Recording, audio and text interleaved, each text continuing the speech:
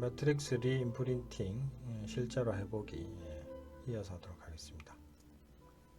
오늘 할 내용은 매트릭스 리인프린팅 322쪽 적용 사례 18장입니다. 사례들 쭉 모아놓은 건데 사례들 보면서 이제 설명을 좀 드리려고 합니다. 322쪽 조씨와 땅콩 전문가 레베카 로버츠가 한 사례네요. 자, 읽으면서 설명을 드리도록 하겠습니다. 8살 남자아이 조씨는 일상생활이 힘들어질 정도로 음식에 대한 두려움이 나날이 커져갔다. 조씨의 견과류 알레르기 때문에 어머니가 늘 항히스타민제 주사기를 들고 다녔고 조씨는 어머니와 함께 식품 라벨을 항상 체크하는 습관을 들였다. 그러나 조씨의 조심성이 두려움으로 바뀐 사건이 일어나게 됐다. 조씨는 호박씨를 특히 좋아했다.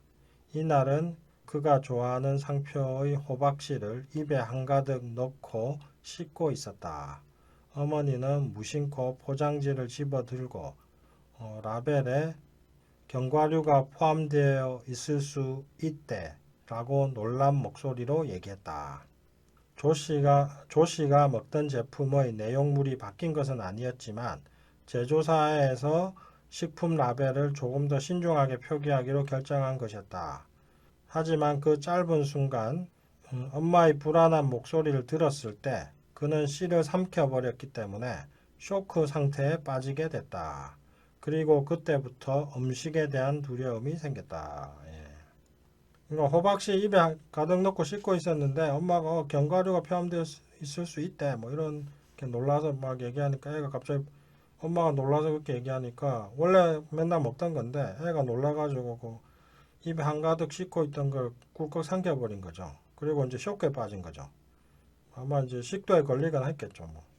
식도에 걸리면서 엄청 충격을 받았나 보죠.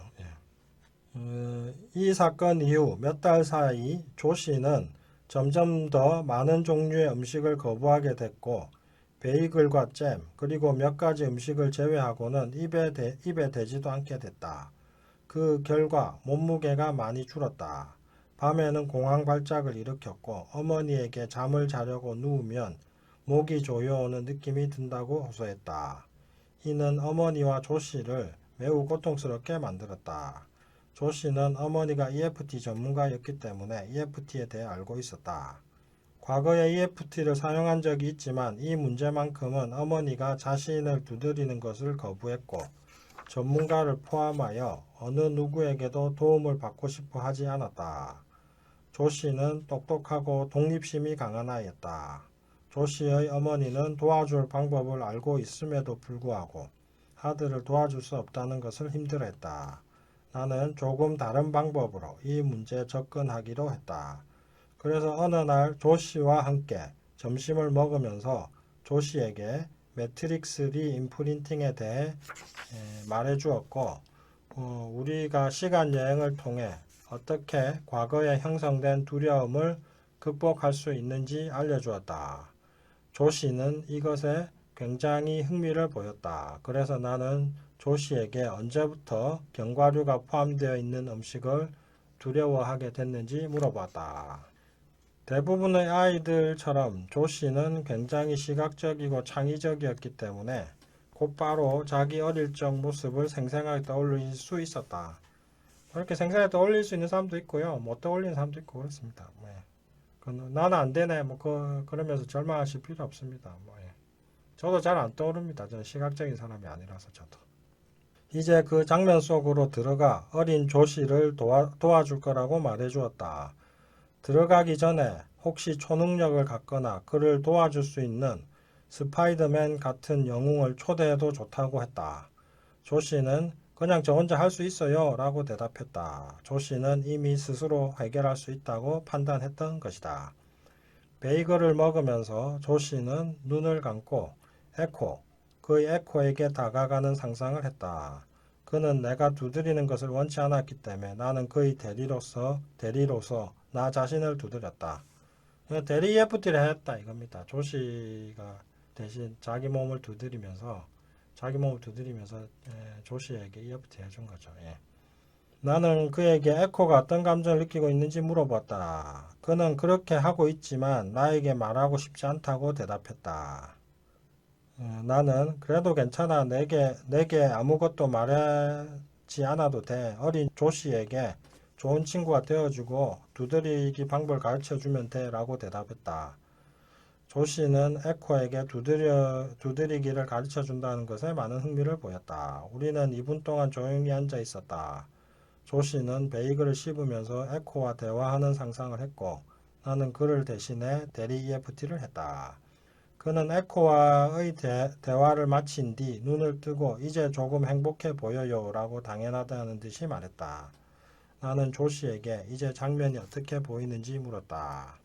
처음에는 마치 책장을 빠르게 넘기면 그림이 움직이는 오래된 그림책처럼 보였지만 책장을 빠르게 넘기면 움직이는 그림 있잖아요. 그런 그림책처럼 보였다 이거죠. 그런데 그가 에코를 두드리자 정지된 동영상으로 변했다고 말했다. 아직 해야 할 작업이 남아 있었지만 조씨는 이것을 새 프로젝트로 삼아 어린 자신을 조금씩 도와줄 수 있다는 것에 만족했다. 그는 매트릭스 리임프린팅을 할 때마다 자축하기 위해 자기에게 스마일 스티커를 한 개씩 선물하기로 했다. 어머니가 방으로 들어오자 그는 어머니에게 매트릭스 리임프린팅을 해주기 시작했다. 2년 전 어머니와 함께 언덕을 올랐을 때 어머니가 고소공포증이 있다는 것을 기억하고 어머니가 고소공포증을 극복할 수 있도록 도와준 것이다. 이것은 굉장히 아름다운 순간이었다. 그는 매트릭스 리임프린팅을 완전히 이해하고 어머니를 돕기로 마음먹은 것이었다. 2개월 뒤 나는 조씨와 그의 어머니에게 식습관이 개선되었냐고 전화로 물어봤다. 수화기 넘어 들려온 그의 목소리는 굉장히 밝고 수다스러웠다. 그리고 그의 문제에 대해 말하는 것이 편해졌다는 것을 느낄 수 있었다.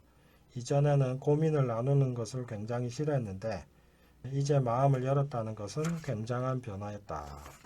그는 나에게 요즘 시간 여행을 꽤 자주 하고 있으며 음식에 대한 공포도 완전히 사라지고 초콜릿, 비스킷, 케이크, 아이스크림과 커스타드를 먹게 됐다고 말했다. 그는 채소와 닭고기와 쌀을 포함하여 음식을 더 다양하게 먹을 수 있어서 좋다고 말했다. 그는 전체적으로 훨씬 더 밝아졌고 주의력도 개선됐으며 행복해했다. 그리고 무엇보다 음식에 대한 두려움으로부터 완전히 해방되어 있었다. 조씨라는 8살 아이가 이제 음식에 대한 두려움 때문에 힘들어하는 걸 이제 매트릭스 리임프린팅을 고쳐준 건데요. 음식 먹다가 한번 목에 걸린 이후로 이제 뭐 완전히 이제 음식을 잘 못 먹게 된 거죠.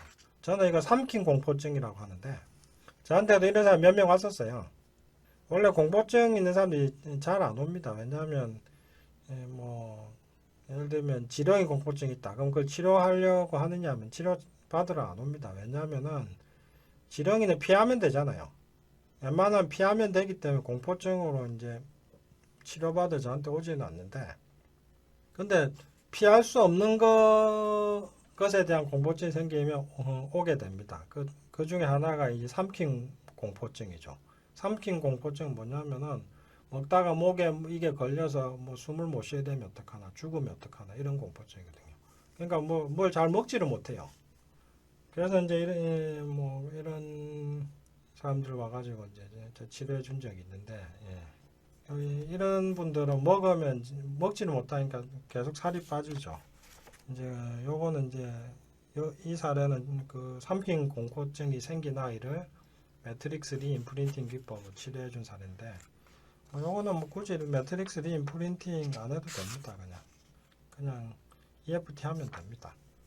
이제 매트릭스 리임프린팅 책에 사례가 많고 뭐 이제 쭉 많이 나오기 때문에 일단 EFT를 활용해서 어떤 것들을 할 수 있느냐 하는 걸 잘 보여주기 때문에 제가 이 책을 가지고 설명하는 거거든요.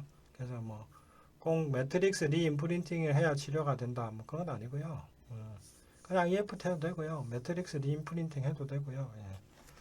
매트릭스를 하는 또 하나의 방법으로 이제 그 생각하시면 되고, 뭐 이게 더 나을 때도 있겠죠. 더 나을 때도 있는데 꼭 이게 항상 더 낫다 이렇게 말할 수는 없습니다. 물론 뭐 이 책의 저자는 뭐 이게 더 낫다 뭐 이렇게 얘기하는데, 그건 뭐 책 쓴 사람이 뭐 항상 하는 상투적인 얘기고, 뭐 그래야지 뭐 팔아먹죠. 뭐 똑같은 거 팔아도 내게 더 좋아요 이래야지 뭐 팔리지 않겠습니까? 뭐 이게 뭐 그렇다고 완전히 뭐 효과가 없다 그건 아니고, 근데 이제 EFT라 하는 하나의 새로운 방식이다. EFT 하시면서 이런 방법 한번 응용해 볼 수 있다. 그리고 어떤 때는 이런 방법이 더 효과가 좋을 수도 있다. 뭐 그 정도 생각하시면 되겠습니다. 그 다음에 326쪽 매트릭스 리인프린팅. 아기 폐기와 유모차. 전문가 캐롤라인 롤링. 70대 초반의 마가렛은 그녀가 기억하는 한 늘 폐쇄 공포증에 시달려왔다. 그녀는 자동차 뒷좌석에 타는 것조차 두려워했고 기차, 버스, 비행기, 보트 또한 친숙하지 않았고 창문 여는 방법을 모르거나 쉽게 나갈 수 없는 장소가 불편했다. 주차 건물에 주차를 하는 것도 큰일이었다. 남편이 실수로 그녀가 아직 차 안에 있을 때 문을 잠근 것도 한몫했다. 1, 2분도 채 되지 않는 시간이었으나 그녀가 공포를 느끼기에는 충분했다. 그녀는 몇 년간 폐쇄 공포증을 극복하기 위해 노력했지만 너무 오랫동안 함께 해왔기 때문에 완전히 사라질 수 없다는 말을 들었다고 했다. 다행히도 그녀는 최근에 EFT에 대해 알게 되었고 도움이 되는지 시험해 보기로 결정했다. 여태껏 자동차는 마가렛의 유일한 교통수단이었지만 그것마저도 자동차에 갇힌 기억 때문에 포기해야 될 지경에 이르렀다. 따라서 우리는 그 기억부터 다루기로 결정했다. 마가렛은 자동차에 갇힌 순간의 고통지수를 10보다 크다고 말했다. 0에서 10까지 10이라고 했을 때 10이니까 뭐 100이죠, 100. 그녀의 얼굴이 상기되고 가슴이 쿵쿵 뛰었다. 우리는 이 증상을 두드리기 시작했다. 한 차례 두드리고 난 다음 마가렛은 고통지수를 7이라고 말했고 얼굴의 홍조가 조금 가라앉았다. 두 번째 두드렸을 때 고통지수가 5로 줄어들었다. 세 번째 두드리던 중 마가렛은 두드리기를 멈추고 그녀가 15개월이었을 때의 모습이 기억난다고 말했다. 15개월이었을 때 드디어 이것과 관련 어린 시절 기억이 떠오른 거죠. EFT 하다 보면은 이 감정을 원인이 되는 어린 어떤 시절의 경험들이 쭉 떠오르기 시작합니다. 하다 보니까 이게 이제 15개월 때 떠오른 거죠. 그녀의 어머니는 아기 패기를 들어 올리면서 지금 너무 바쁘니까 너는 자고 있어야 돼 라고 말했고 그녀를 유모차에 앉힌 다음 덮개를 덮었다. 패기는 유모차 안에 있는 것이 싫었고 방수포 같은 냄새가 지독하게 났고 오빠와 더 놀고 싶었다고 마가렛이 말했다. 그녀는 패기가 덮개를 거두려고 손을 뻗었지만 손에 닿지 않았다고 말했다. 그녀는 울고 있었다. 나는 마가렛에게 아기 패기에게 그녀가 누군지 소개하고 패기를 도와주러 왔다고 설명하라고 권했다. 패기는 이제 마가렛의 이제 어렸을 때 이름입니다. 어렸을 때 이름. 마가렛이 왜 갑자기 패기냐 이렇게 헷갈려하지 마시고 패기는 마가렛의 집에서 부르던 이름입니다.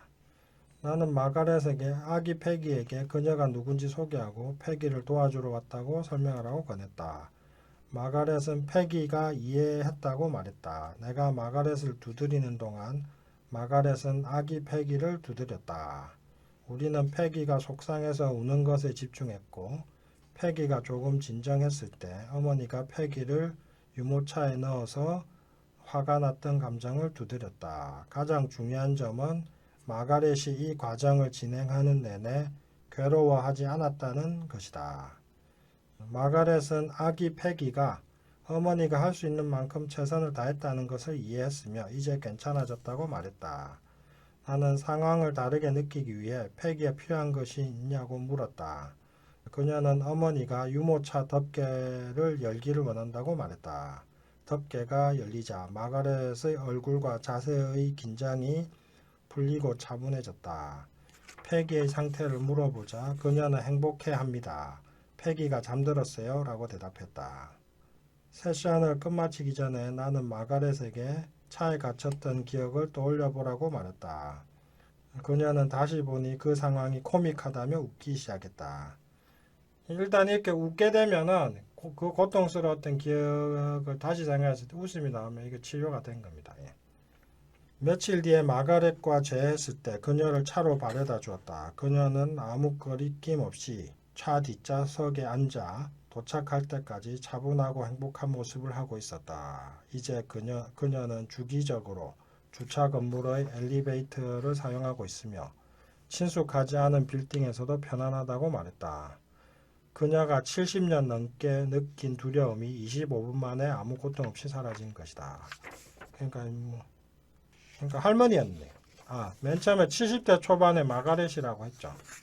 그러니까 70대 초반의 마가렛 할머니는 폐쇄공포증이 너무 심했단 말이죠. 그래가지고 이런 대중교통 이런 거 타는 것도 두렵고 엘리베이터 타는 것도 두렵고 그랬는데 그게 거의 70년 됐다 이거죠. 근데 25분 만에 팍 사라졌다 이거죠. 그 폐쇄공포증의 원인은 뭐였느냐? 만 15개월 됐을 때 엄마가 유모차에 이제 애를 이제 넣고 뚜껑을 덮어놨는데 애는 그게 아기 너무 싫었던 거죠. 그게 너무 답답하고 숨막힌 느낌이었는데 엄마는 그건 몰랐던 거죠. 그때 느꼈던 갇혀있어서 빠져나가지 못하는 느낌이 공포가 되어서 무의식에 남아 있었고 그게 이제 70년 넘게 이제 이 마가렛의 인생을 지배했던 거죠. 자 보십시오. 제가 저번 시간에 말했지 않습니까? 엄마 뱃속 트라우마나 유년기의 트라우마가 평생을 지배한다고. 7살 때까지 이제 경험한 것들이 우리의 성격이 되고 그리고 우리는 그 성격대로 살아가야 된다. 이런 얘기도 저번 시간에 말씀드렸는데 이제 아시겠죠? 예.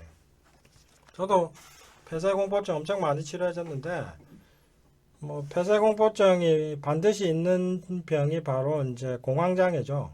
공황장애 있는 분들도 여러 번 치료해드렸고, 예. 또 전 세계에서도 EFT로 공황장애 치료한 사례들은 엄청 많습니다. 심지어 여기 이제 전에 이제 어떤 분은 이제 자기 장모님을 모시고 왔는데 장모님의 그 혀가 만성 통증이 너무 오래됐다고 모시고 온 분이 있는데 그분이 왜 장모님을 보냈냐면은 본인이 공황장애가 너무 심했는데 윤화방송에 이제 여기 EFT 강의 들으면서 따라 했더니 공황장애 나았다 이거죠. 그래서 방송 듣고 따라하는 것만으로도 나았다고 장모님도 꼭 거기 가서 고치세요 이렇게 해서 오셨다는 분도 있었습니다. 예. 근데 이제 공황장애 있는 분 항상 불안한 게 이제 그 병의 특징인데 또 가장 또 무서울 때가 뭐냐면 어떤 갇혀 있다는 느낌이 들면은 못 견뎌해요. 그래서 갇혀 있다는 느낌을 주는 공간을 항상 피하려고 하는데 그게 이제 주로 지하철, 터널, 엘리베이터 이런 것들이죠. 그래서 이 폐쇄공포증이 아주 극심합니다. 그럼 이 폐쇄공포증이 어떻게 생겼냐? 이게 지금 지금 방금 한 사례에서 폐쇄공포증이 왜 생기는지 알 수 있습니다. 살면서 어느 순간에 갇혀서 빠져나가지 못하고 너무 고통스럽고 이대로 죽을 것 같다는 느낌을 받은 적이 있다 이거죠. 그러면 그게 이제 여기 나오는 마가렛 할머니는 이제 유모차 안에 갇혀 있었던 거고. 근데 제가 해보니까 이 폐쇄공포증을 제일 많이 느끼는 공간이 이거 말고 따로 있습니다. 그 공간이 어딜까요? 바로 엄마 자궁입니다. 모든 극심한 폐쇄공포의 근원은 어디냐면은 바로 엄마 자궁이다. 제가 해보니까. 왜 그러냐? 일단 엄마 자궁이 작잖아요. 그 애기 있고 애기를 둘러싼 애기보다 한 두세 배 정도, 한 세 배 정도 더 큰 공간이니까 일단 실제로 너무 작습니다. 이 엄마 자궁이. 근데 게다가 예를 들면 어떤 상황에서든 엄마가 애를 안 낳으려고 한다든지, 그죠? 매는 자궁에서 도망갈 방법이 없잖아요. 이 속수무책이거든요. 그래서 도망가고 싶은데 엄마가 나를 지금 뭐 애 입장에서 엄마가 애를 떼려고 할 때 애는 도망가고 싶어도 도망갈 데가 없어요. 여기 갇혀서. 이게 바로 빠져나가지 못하는 폐쇄공포입니다. 그 다음에 엄마가 나를 떼려고 할 때도 애는 폐쇄공포를 느끼고 또 엄마가 스트레스를 너무 많이 받아요. 예를 들면 엄마하고 아빠 맨날 싸운다든지 아니면 아빠가 뭐 술 먹고 엄마를 때린다든지 엄마한테 욕을 한다든지 뭐 아니면 시어머니가 뭐 그러니까 할머니죠. 애기한테는 시어머니가 뭐 엄마를 계속 뭐 괴롭힌다든지 자 그런 상황에서 엄마는 계속 뭐 스트레스를 받고 불안해하고 화를 내는데 자 그 애기 엄마 뱃속에 있는 애기는 어떻게 됩니까? 그 엄마의 감정을 100% 그대로 느끼게 되죠.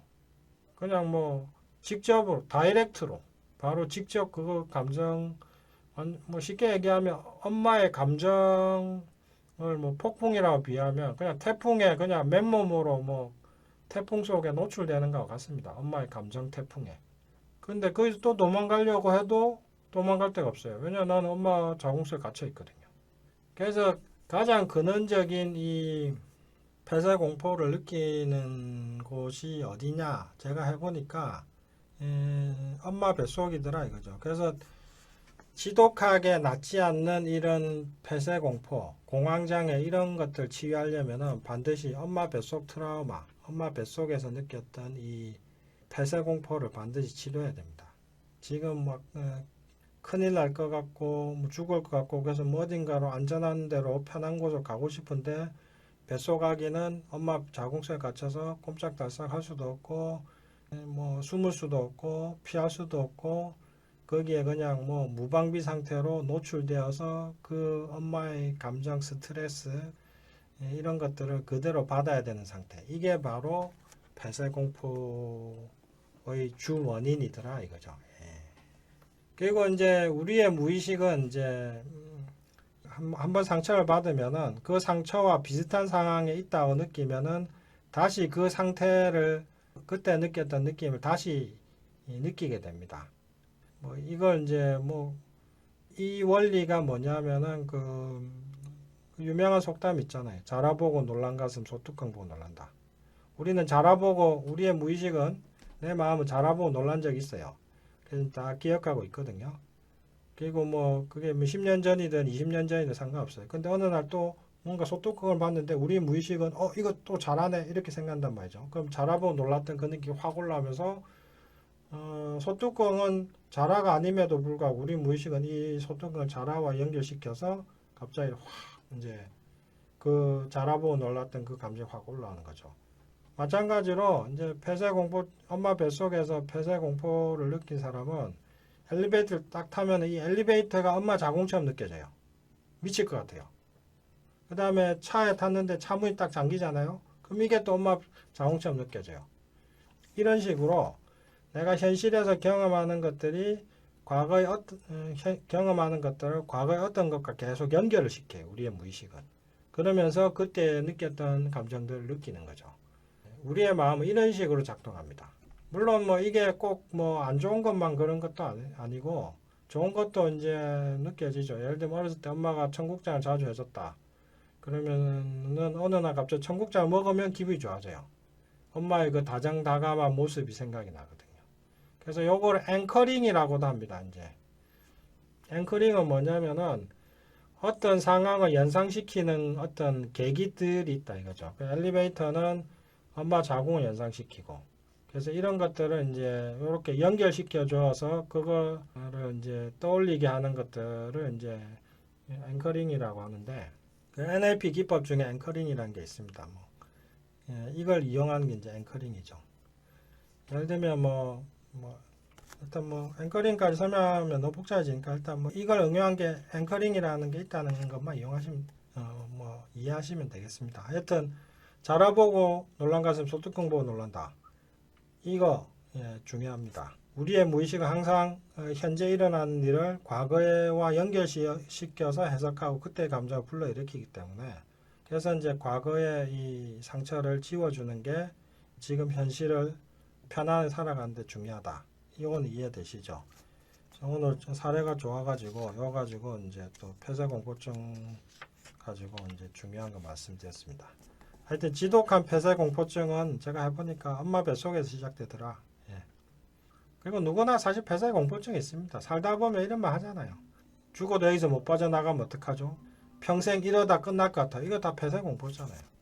또 일종의 폐쇄공포거든요. 그래서 폐쇄공포는 누구나 어느 정도는 갖고 있다. 예, 그렇게 보시면 됩니다. 자, 오늘은 여기까지 하도록 하겠습니다. 다음 주 이 시간에 또 찾아뵙도록 하겠습니다. 안녕히 계십시오. 감사합니다.